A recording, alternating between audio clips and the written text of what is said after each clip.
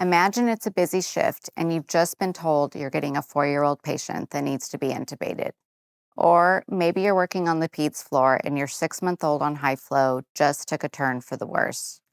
Pediatric intubations are scary, and for good reason. Hypoxia is one of the most common causes of cardiac arrest in hospitalized children.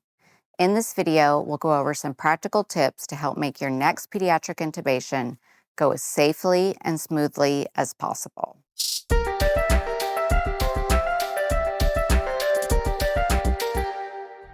First, use a standardized pediatric intubation checklist. A checklist is a game changer when it comes to intubating a pediatric patient. It takes the stress out of remembering all the necessary supplies, equipment, and roles involved.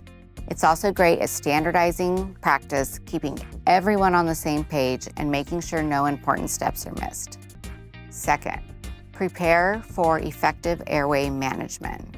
This step is so important. Because of their anatomy, pediatric patients can be difficult to bag. Having an appropriate size mask and OPA can make the process much easier. The mask should fit between the bridge of the nose and the cleft of the chin. Measure the OPA from the corner of the mouth to the angle of the jaw. To optimize bagging, you want to place the patient in a sniffing position. This is not a one-size-fits-all scenario, so be sure to have various size blankets and rolls available. Understandably, everyone is at a level 10 during a pediatric intubation, so it's easy to overbag the patient. Have a self-inflating bag with a PIP manometer to monitor pressures and serve as a reminder to only deliver enough air to adequately move the patient's chest. Attach a PEEP valve and ensure it's dialed to at least 5.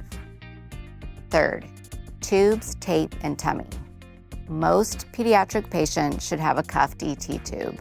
To determine size, divide the patient's age by 4 and add 3.5. So for example, our 4-year-old patient from earlier would need a 4.5 cuffed ET tube. Have an ET tube a half a size smaller and a half a size bigger available. Multiply the size of the tube by 3 to determine an approximate depth. If possible, place a Ballard suction device. Keep the pre-cut tape, skin protectant, or securement device at the head of the bed along with a syringe to inflate the cuff. Pre-measure an OG tube so it can be quickly inserted and connected to low wall suction after to decompress the stomach. Fourth, prepare and check all necessary equipment. Turn the video laryngoscope on and make sure it's working. Have a disposable in-tidal CO2 device to confirm tube placement and set up continuous in-tidal monitoring on the monitor. Make sure the pulse ox and EKG both have good waveforms and the blood pressure is set to cycle every 3 to 5 minutes. Confirm that the pulse ox is not on the same extremity as the blood pressure cuff. Verify that the suction is working and there is both a flexible and rigid suction device. The RT and physician should discuss post-intubation vent settings and the vent should be set up and ready to go. Order a post-intubation chest x-ray and if possible, have radiology on standby outside the patient's room. Roll the emergency cart to the bedside to fend off any possible bad outcomes. Fifth, fluid management and medication administration. Use a code sheet with the patient's weight in kilograms to draw up and label any necessary medications. For patients under a year old, include atropine. If there is any doubt as to whether the patient will tolerate the intubation, draw up at least 1 round of emergency medications.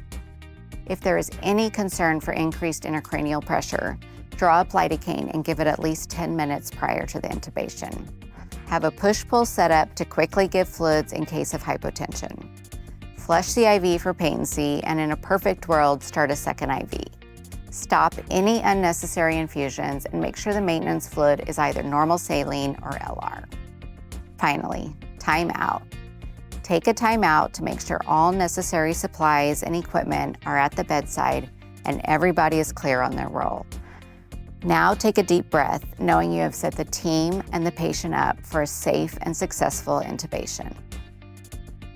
Being prepared to intubate a pediatric patient is crucial to preventing hypoxia, a leading cause of cardiac arrest in hospitalized children. By using a standardized intubation checklist, Having the right fluids and medications, effectively managing the airway, and making sure all necessary equipment is ready and functioning, you can help prevent the stress and chaos that normally come with the procedure. I hope this video was helpful and you feel more confident the next time you find yourself preparing to intubate a pediatric patient.